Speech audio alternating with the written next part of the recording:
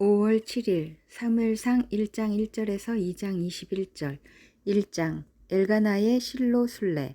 에브라임 지파에 속한 수베 자손 엘가나라는 사람이 에브라임의 산간 지방에 있는 라마다임에 살고 있었다.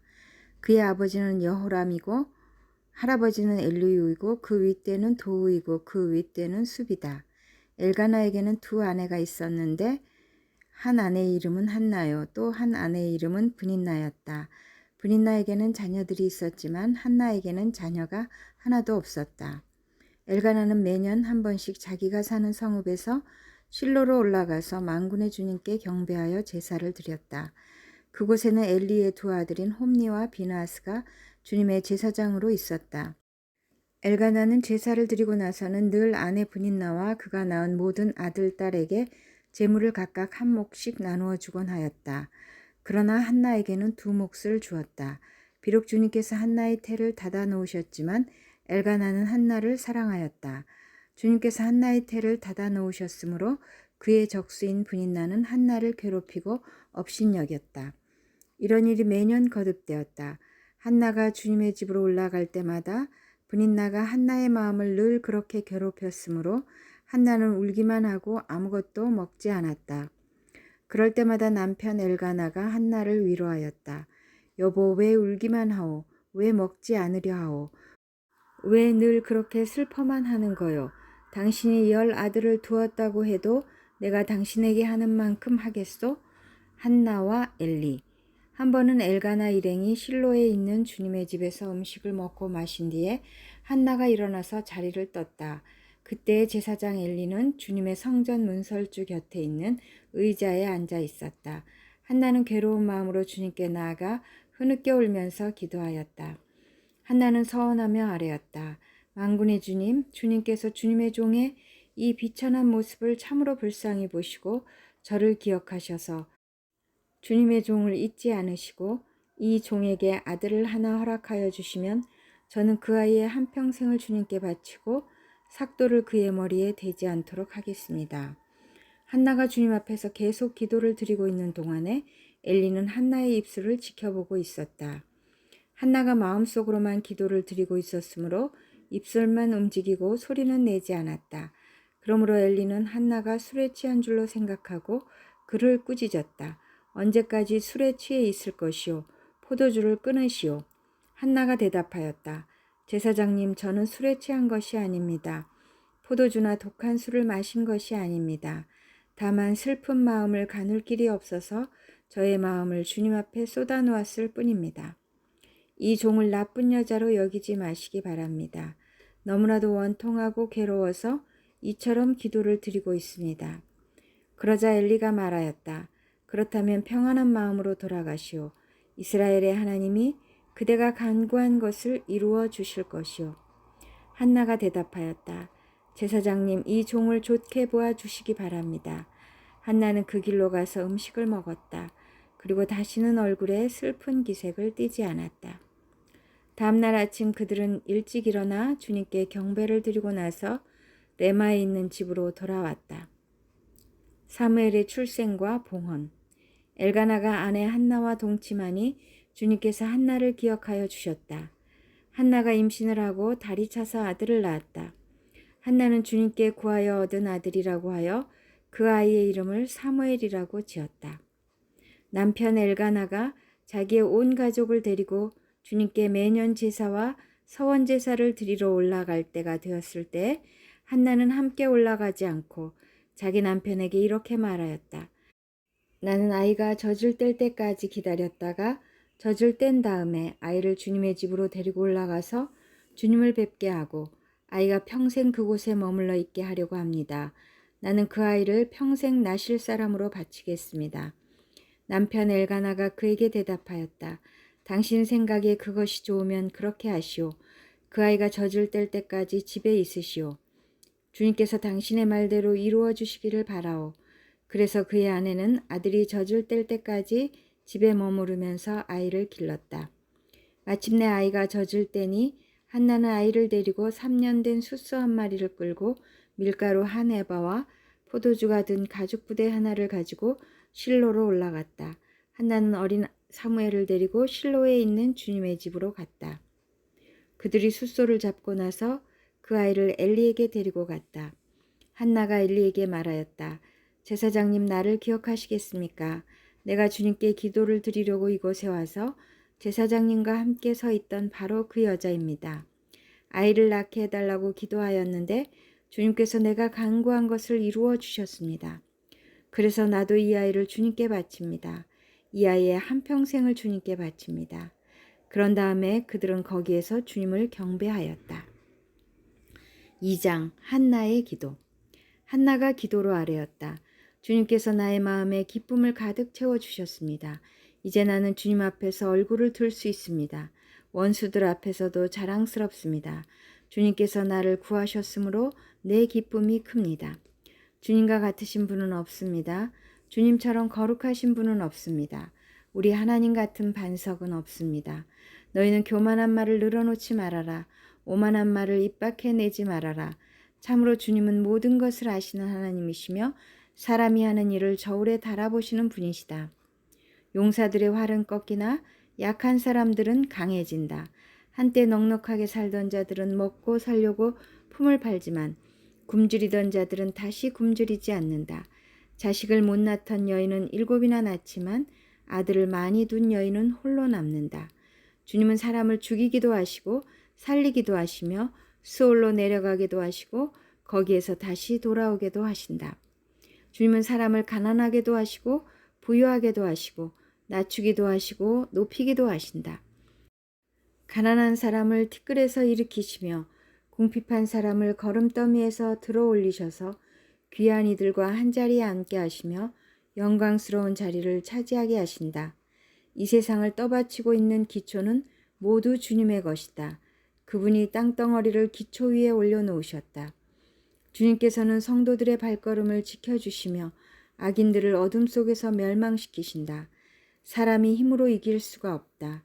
주님께 맞서는 자들은 산산이 깨어질 것이다. 하늘에서 벼락으로 그들을 치실 것이다. 주님께서 땅끝까지 심판하시고 세우신 왕에게 힘을 주시며 기름 부어 세우신 왕에게 승리를 안겨주실 것이다. 엘가나는 라마에 있는 자기의 집으로 돌아갔으나 사무엘은 제사장 엘리 곁에 있으면서 주님을 섬기는 사람이 되었다. 엘리의 탐욕스러운 아들들. 엘리의 아들들은 행실이 나빴다. 그들은 주님을 무시하였다. 제사장이 백성에게 지켜야 하는 규정이 있었는데 그들은 그것도 무시하였다. 누군가가 제사를 드리고 그 고기를 삶고 있으면 그 제사장의 종이 살이 3개 달린 갈고리를 들고 와서 냄비나 솥이나 큰 솥이나 가마솥에 갈고리를 찔러 넣어서 그 갈고리에 걸려 나오는 것은 무엇이든지 제사장의 몫으로 가져갔다. 실로에 와서 주님께 제물을 바치는 이스라엘 사람이 모두 이런 일을 당하였다. 그뿐만 아니라 사람들이 아직 기름을 떼내어 태우지도 않았는데 제사장의 종이 와서 제물을 바치는 사람에게 제사장님께 구워드릴 살코기를 내놓으시오. 그분이 원하는 것은 삶은 고기가 아니라 날고기요 하고 말하곤 하였다. 제물을 바치는 사람이 그 종에게 먼저 기름을 태우도록 되어 있으니 그렇게 하고 난 다음에 원하는 것을 가져가시오 하고 말하면 그는 아니요 당장 내놓으시오. 그렇지 않으면 강제로라도 가져가겠소 하고 대답하였다. 엘리의 아들들은 주님께서 보시는 앞에서 이렇듯 심하게 큰 죄를 저질렀다. 그들은 주님께 바치는 제물을 이처럼 함부로 대하였다. 실로에 머문 사무엘. 한편 어린 사무엘은 모시의 벗을 입고 주님을 섬겼다. 사무엘의 어머니는 해마다 남편과 함께 매년 제사를 드리러 성소로 올라가곤 하였다. 그때마다 그는 아들에게 작은 겉옷을 만들어서 가져다 주었다. 그리고 엘리는 엘가나와 그의 아내에게 주님께 간구하여 얻은 아들을 다시 주님께 바쳤으니 주님께서 두 분 사이에 이 아이 대신에 다른 자녀를 많이 주시기를 바랍니다. 하고 복을 빌어 주었다. 그들은 이렇게 축복을 받고서 고향으로 돌아가곤 하였다. 주님께서 한나를 돌보아 주셔서 한나는 임신하여 아들 셋과 딸 2을 더 낳았다. 어린 사무엘도 주님 앞에서 잘 자랐다. 요한복음 5장 1절에서 23절. 5장 중풍병자를 고치시다. 그 뒤에 유대 사람의 명절이 되어서 예수께서 예루살렘으로 올라가셨다. 예루살렘에 있는 양의 문 곁에 히브리 말로 베드자다라는 못이 있는데 거기에는 주랑이 5 있었다. 이 주랑 안에는 많은 환자들, 곧 눈먼 사람들과 다리 저는 사람들과 중풍병자들이 누워 있었다. 그들은 물이 움직이기를 기다리고 있었다. 주님의 천사가 때때로 못에 내려와 물을 휘저어 놓는데 물이 움직인 뒤에 맨 먼저 들어가는 사람은 무슨 병이 걸렸든지 나았기 때문이다. 거기에는 38해가 된 병자 한 사람이 있었다.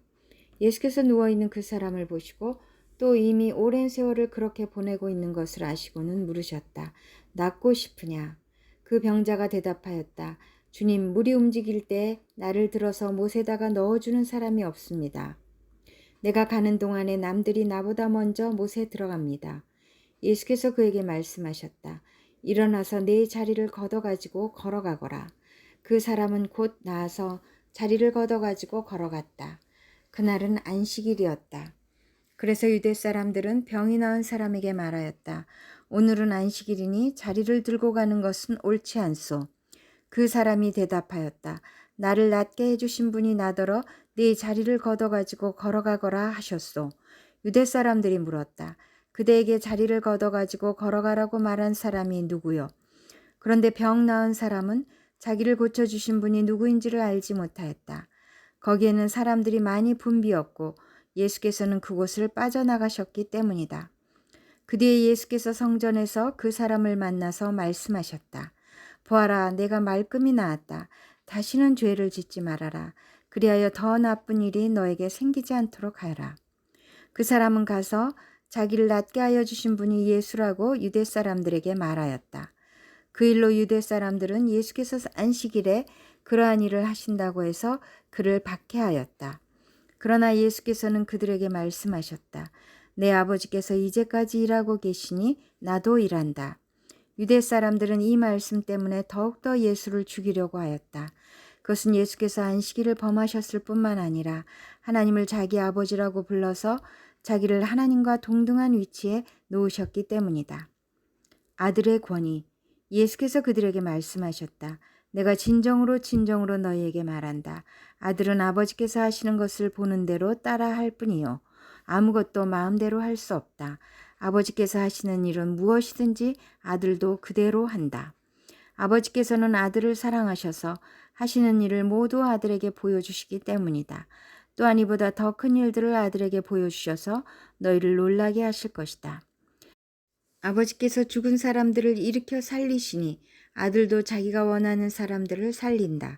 아버지께서는 아무도 심판하지 않으시고 심판하는 일을 모두 아들에게 맡기셨다. 그것은 모든 사람이 아버지를 공경하듯이 아들도 공경하게 하려는 것이다. 아들을 공경하지 않는 사람은 아들을 보내신 아버지도 공경하지 않는다. 시편 54편 1절에서 7절 54편 환난 때에 하나님을 신뢰함. 지휘자를 따라 현악기에 맞추어 부르는 노래. 다윗의 마스길. 10사람 몇이 사울에게로 가서 다윗이 자기들에게로 와서 숨어 있다고 밀고 하였을 때에 다윗이 지은 시. 하나님 주님의 이름으로 나를 구원하시고 주님의 권세로 나의 정당함을 변호하여 주십시오. 하나님 나의 기도를 들으시고 이 입으로 아뢰는 말씀에 귀를 기울여 주십시오. 무법자들이 일어나 나를 치며 폭력배들이 내 목숨을 노립니다. 그들은 하나같이 하나님을 안중에도 두지 않는 자들입니다. 셀라. 그러나 하나님은 나를 돕는 분이시며 주님은 내게 힘을 북돋워 주시는 분이십니다.